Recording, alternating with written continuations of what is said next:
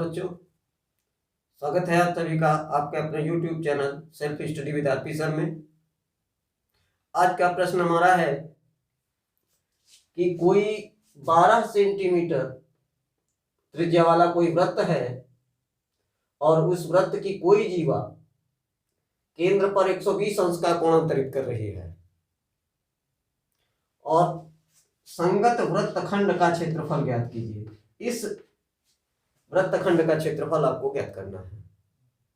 तो आइए शुरू करते हैं इस क्वेश्चन को, आगे बढ़ते हैं।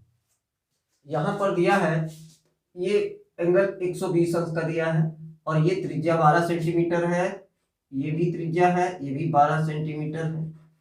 इस प्रकार से हमें ये दो भुजाएं तो ज्ञात है त्रिभुज की, ये भुजा नहीं ज्ञात है।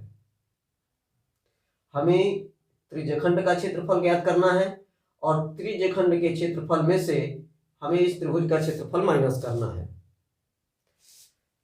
तो सबसे पहले हम क्या करेंगे, हम त्रिज्यखंड का क्षेत्रफल ज्ञात कर लेते हैं।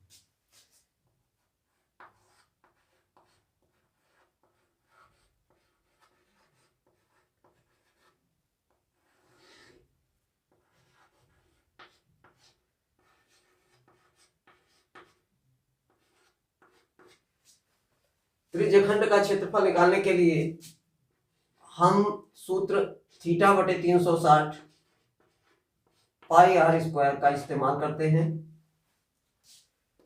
ये होगा थीटा यहां पर है 120 बटे में 360 गुणे, यहां पर प्रश्न में कहा गया है पाई का मान 3.14 लेना है, तो हम यहां पर पाई का मान 3.14 लेंगे और आर हमारे पास है 12, इसका स्क्वायर होगा। इस तरह से देखिए, ये एक बार में ये कटेगा, 3 बार में ये कटेगा, ये 3 हो जाएगा और हम इस 3 से इस 12 को काट सकते हैं, 4 कर सकते हैं इसको। अब इसका हम जो है गुणा करते हैं, 3.14 गुणे 12 गुणे 4, 12 4 और 3.14, इनका गुणा करने पर आता है 150.72 स्क्वायर सेंटीमीटर। ये हमारा त्रिज्यखंड का क्षेत्रफल हो गया।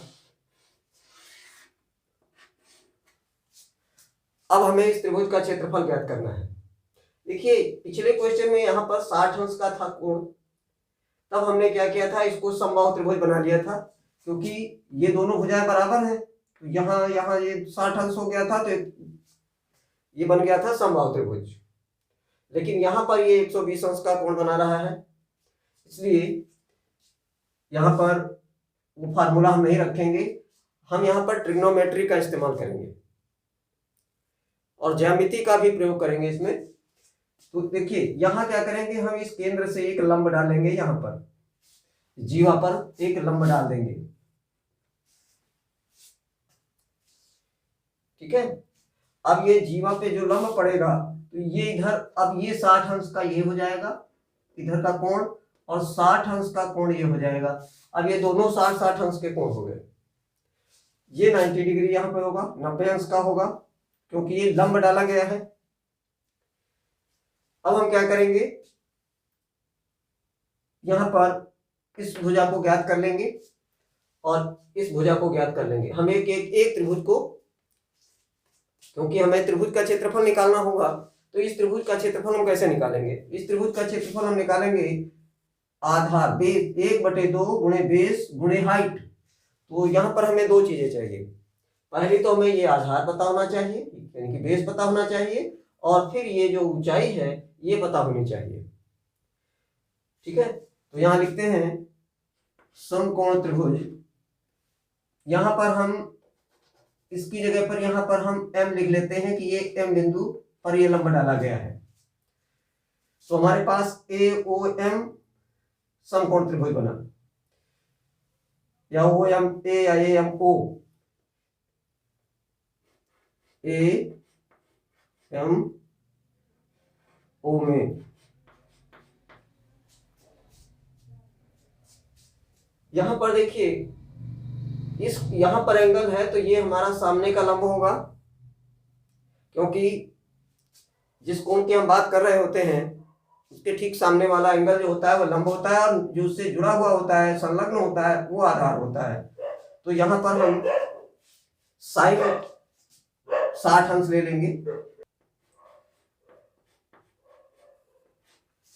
AM बटे ये हमारा लंबाई, ये कर्ण है, साइन 60 बराबर होगा AM बटे OA।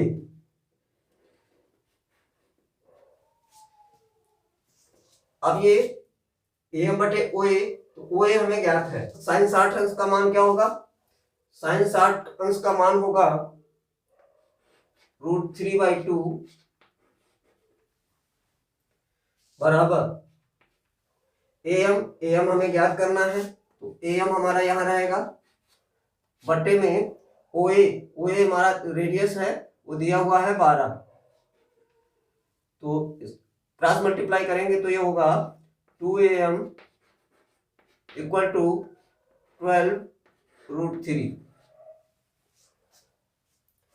अब यहां पर आप देखेंगे कि AB जो है वो 2AM के बराबर होगा, क्योंकि किसी भी वृत्त के केंद्र से जब जीवा पर लंब डाला जाता है, किसी भी जीवा पे लंब डालेंगे तो वो जीवा को बराबर 2 भागों में बांटेगा, यानी जीवा को समद्विभाजित करेगा।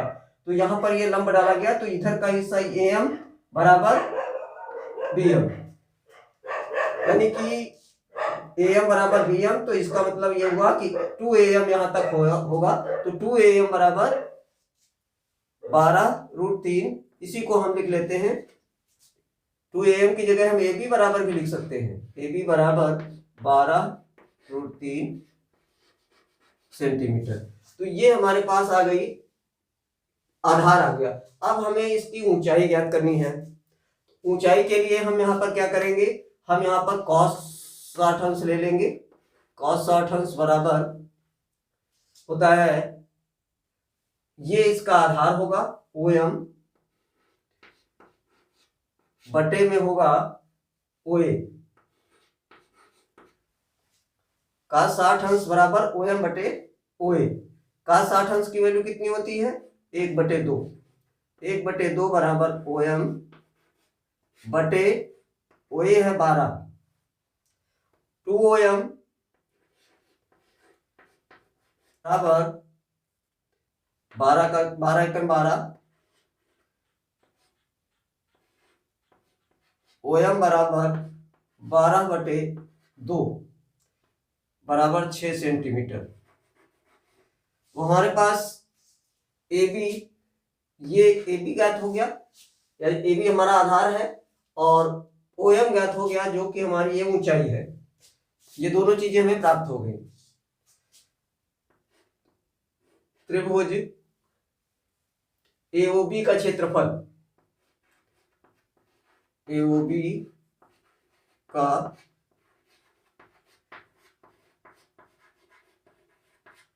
क्षेत्रफल 1/2 गुणे आधार गुणे ऊंचाई, आधार गुणे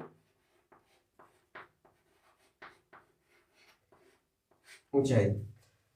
अब ये हमारा 1/2 है, आधार हमारे पास AB है 12√3 गुणे ऊंचाई हमारे पास आई है 6 सेंटीमीटर गुणे 6। इसको इसके साथ 2 से काट देते हैं, 2 3 6, ये आ जाएगा बराबर 36, 12 या 36√3। यहां पर √3 की वैल्यू रखनी है 1.73, तो हम यहां पर लिख लेते हैं 36 इंटू 1.73 इक्वल टू बराबर होगा 62.28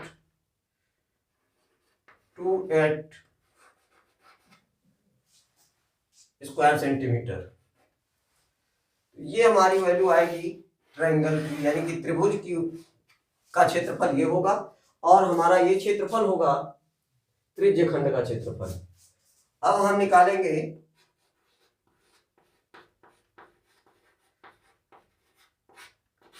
वृत्तखंड का क्षेत्रफल।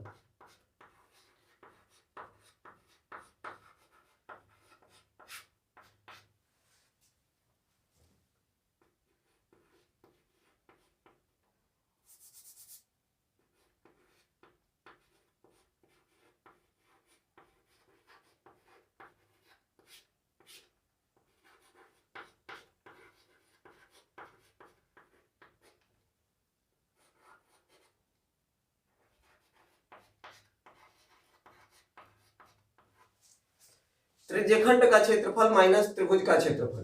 तो त्रिज्यखंड का क्षेत्रफल हमारे पास है 150.772 माइनस त्रिभुज का क्षेत्रफल हमारे पास है 62.28 इक्वल टू, यहां से घटाएंगे 12 में से 8 जाएगा, ये 4 बचेगा, यहाँ 6 है, 6 में 2 गया, 4 बचेगा, यहाँ पॉइंट लगाएंगे, 10 में 2 गया, 8 बचेगा, यहाँ पे 4 बचेगा, और 4 से 14 होगा, 14 में 6 जाएगा, 8 बचेगा, 18.44 स्क्वायर सेंटीमीटर। ये आपका वृत्तखंड का क्षेत्रफल होगा, ये आपका आंसर होगा। उम्मीद करता हूं आप इसको अच्छी तरह से समझ गए होंगे। बस इस बात को यहाँ पे ध्यान रखना है कि हमें कौन सी वैल्यू कहाँ पे पुट करनी है। √3 की वैल्यू यहाँ पर 1.73 कहा गया था, और पाई की वैल्यू 3.14 कहा गया था। बस इस बात को आपको ध्यान रखना है और आपको क्वेश्चन कंप्लीट है। चलिए मिलते हैं अगले वीडियो में, तब तक के लिए जय हिंद, जय भारत।